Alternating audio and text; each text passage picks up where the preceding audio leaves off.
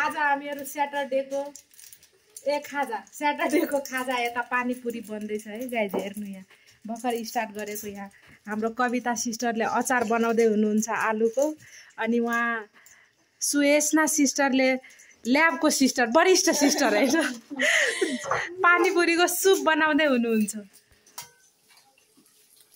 हाम्रो यहाँ expert foodie safe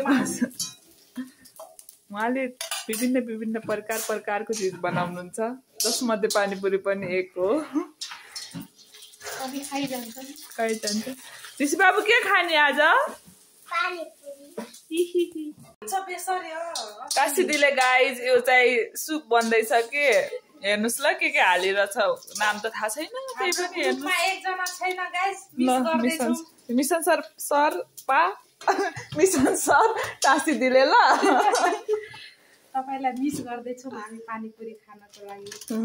तपाईँ हुनुहुन्न 10 रुपियाँ गोटाको कागती।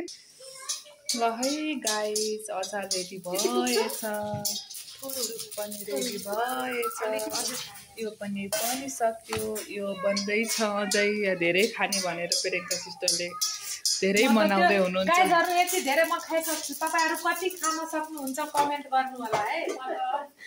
लगभग 30 जति खाइसक्छु। अब यो सिस्टरहरुलाई 2 वटा दिनु पर्यो।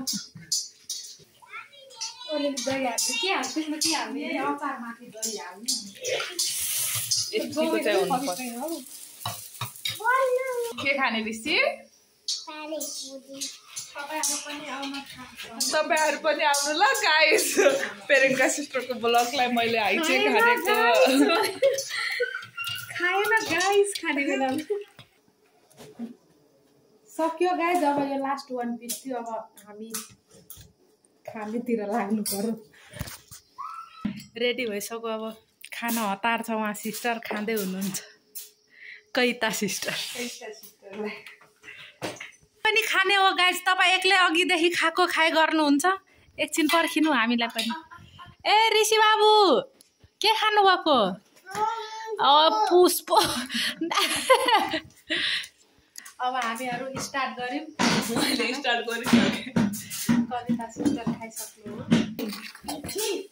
बस एकछिन पानी लिएर व्यवस्था त गर्नु जानेको रहेछ।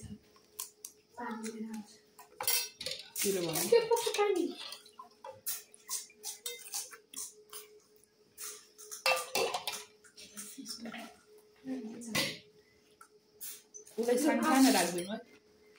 कस्तो छ पानीपुरी भनिदिनु।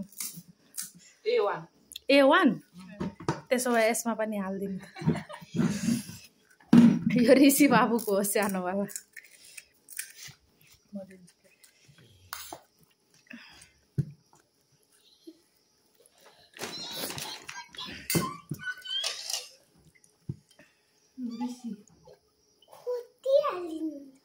खोटी हालिदिनुहुन्छ। हेर्नु ऋषि बाबुको रियाक्सन पानी।